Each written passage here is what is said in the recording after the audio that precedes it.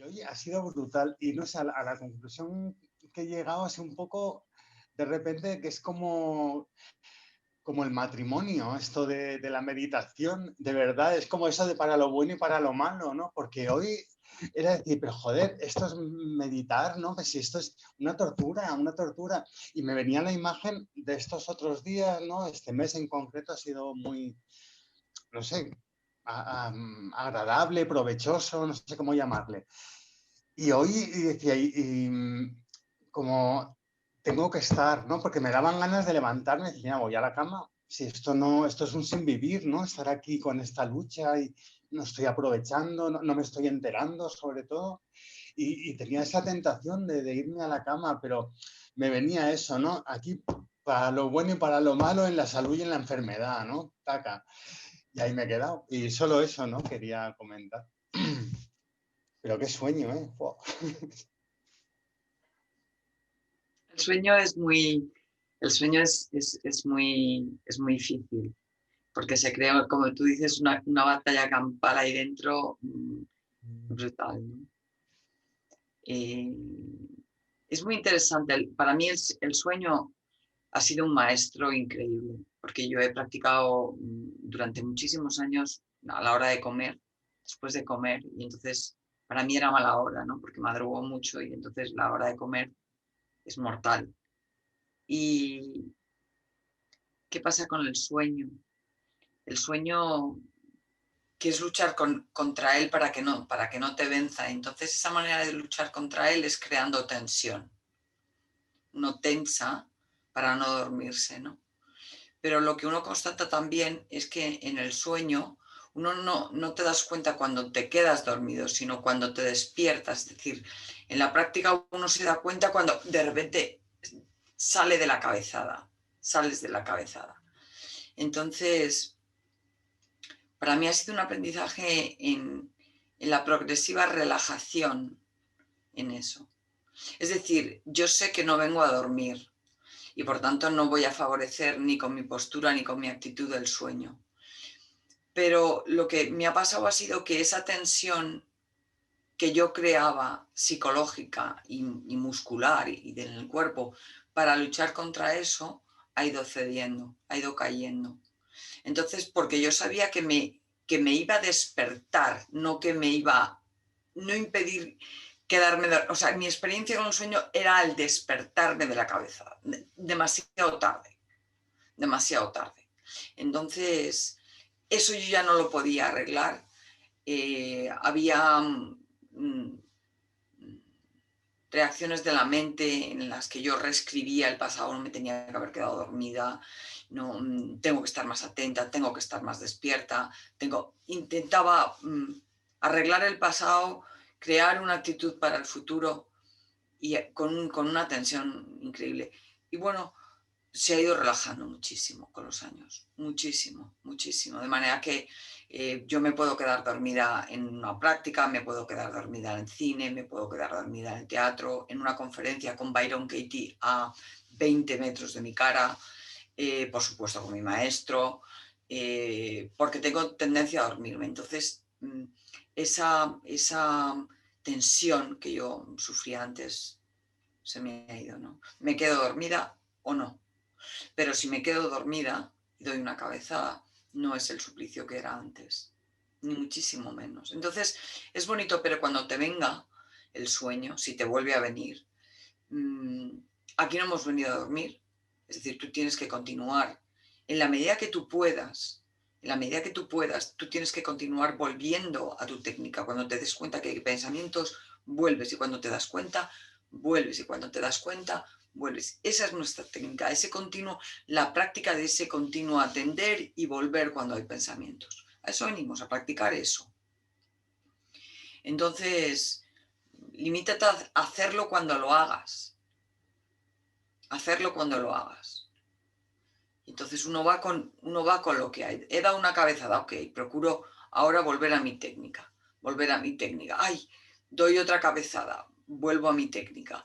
Ay, que me voy a quedar dormida, noto una tensión, noto esa tensión, vuelvo a mi técnica. Es una vuelta a la técnica continuamente, continuamente, continuamente.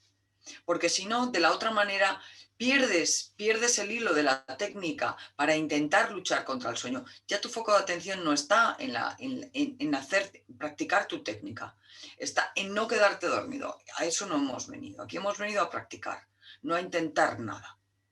Entonces procura no reaccionar, menos mal que no te has acostado. Ahí para las buenas y para las malas, con determinación. Nosotros practicamos con determinación. Eso quiere decir determinación, procurar no reaccionar. ¿Qué quiere decir ahí la reacción? La reacción es que tengo sueño, cómodo, incómodo, incómodo. ¿Cómo reacciono? Pues digo, me acuesto, me levanto, me voy. Entonces uno se queda, practicamos con determinación, procurando no reaccionar, volviendo una y otra vez y procurando no reaccionar ante las sensaciones de dolor o placer que puedan surgir durante nuestra técnica. La avidez está ahí siempre, Pere. O sea, uno tiene la idea, hay un apego enorme a la idea de que la práctica de la meditación tiene que ser algo placentero. ¿No es placentero o no? Todo meditador que lleva un recorrido que sea medio recorrido ya sabe que la meditación es placentera o no. Y hay un enorme apego a esa creencia. Un enorme apego a esa creencia, es decir, que la meditación me tiene que producir un beneficio que yo reconozca, un beneficio que por tanto sea ahora, porque si es un beneficio que va a aparecer dentro de X años y nadie me lo asegura, pues tampoco me sirve. Entonces, es poder manejarte en lo que hay, viendo cómo la mente ávida crea una avidez hacia esa satisfacción, hacia esos beneficios que promete la práctica, y uno va para allá como un toro. Pero resulta que eso no llega. Entonces ese ir para allá como un toro hacia ese placer se transforma en dolor. Entonces hay que procurar no reaccionar a ese dolor que produce la avidez. Volvemos a nuestra técnica. La técnica es el ancla. Hay que volver y volver y volver y volver y volver. A eso hemos venido. Nosotros somos practicantes de la meditación. Eso quiere decir que somos practicantes de nuestra técnica. Que a lo que venimos es a practicar una cosa. Como los que juegan al fútbol practican dar con el pie al balón. Nosotros venimos a practicar esto. Es a atender y cuando nos demos cuenta que hay pensamientos, volvemos. Eso practicamos. Aparece un apego al resultado de eso y observamos eso y empezamos a aprender. En ese hacer esa práctica se van aprendiendo muchas cosas y se van aprendiendo no porque nadie te las cuente o porque las lees o porque vas a una conferencia o te pones un vídeo de YouTube, sino porque te pasan a ti. Es primera persona, eso es lo que produce transformación, no que haya alguien brillantísimo que te cuente una historia, que sea de su experiencia o que a su vez la haya cogido de segunda mano de alguien o de algo. Ahí vamos. Esa es la historia, Pere. Firme ahí, determinado ahí, como dices tú, para lo bueno y para lo malo, ahí, clavado. Te vas, vuelve. No produce resultado. Evidentemente se produce un apego a ese resultado. El apego al resultado deja en el camino a montones de practicantes. Porque como el resultado no se produce, cómodo, incómodo, incómodo, como reacciono, dejo la práctica. Lo más importante de la práctica es hacerlo. Y para que la meditación dé su fruto es necesaria la continuidad. Eso es así. Nos pongamos como nos pongamos, compañeros. Y en ese barco estamos todos los que practicamos. Porque el hecho de haber practicado o llevar practicando más tiempo, a mí no me quita de ahí. Y hay practicantes con más experiencia que yo, a los que tampoco les quita de ahí. Lidiamos todos con lo mismo. Con la mente reaccionando ante el dolor y el placer, en unos supuestos o en otros. El que lleva más tiempo ha lidiado con más toros, sabe, ya ha visto más cosas, pero el toro vuelve a venir disfrazado otra vez. Siempre, siempre. Y así vamos estabilizando nuestra mente, haciéndola más adulta, más quieta. Quieta quiere decir que ante las ganas de reaccionar, ante el hábito de reaccionar, ante el dolor y el placer, la mente se queda quieta. Ante el dolor, la mente quieta. Por tanto, cuando la mente no se mueve, la mente está quieta, la mente no se pelea con lo que hay, no intenta aliviarse, no intenta agarrar la promesa de placer. o no intenta agarrar el placer que ya tiene para que no se le vaya. Ante eso, la mente se queda quieta. Y cuando la mente se queda quieta y no se pelea, la ausencia de lucha, de pelea, es la paz. O sea, yo no puedo conseguir la paz a través de la pelea. Ese contrasentido no se da. Es decir, es cuando cae la pelea, cuando cae la lucha, cuando cae el movimiento, que aparece la quietud, que aparece la paz, que es ausencia de pelea. Y eso es lo que estamos buscando. Estamos buscando quietud, paz, en lo que la vida traiga. Y la vida es dual, o sea que va a traer dolor y va a traer placer, en unas dosis, alternándose de un lado para otro. Entonces no es quitar el dolor, no es estabilizar el placer, que eso es algo que tenemos los meditadores como muy arraigado, que queremos eso, los meditadores y todo ser humano, pero los meditadores tenemos la oportunidad de verlo más. Entonces, eso no se puede tocar, porque esa es la esencia de la vida, la alternancia entre el dolor y el placer.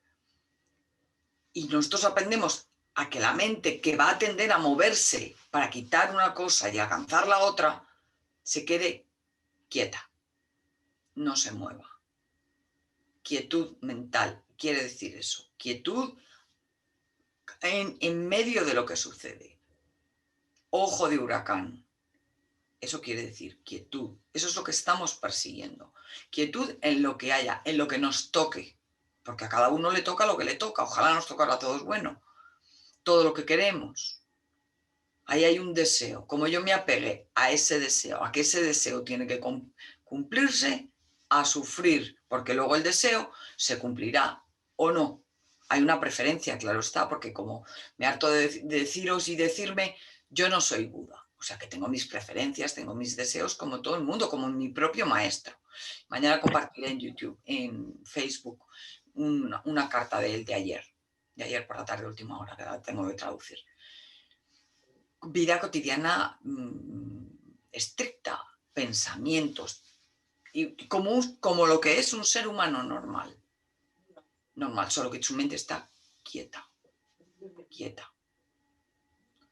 Y ahí vamos, compañeros.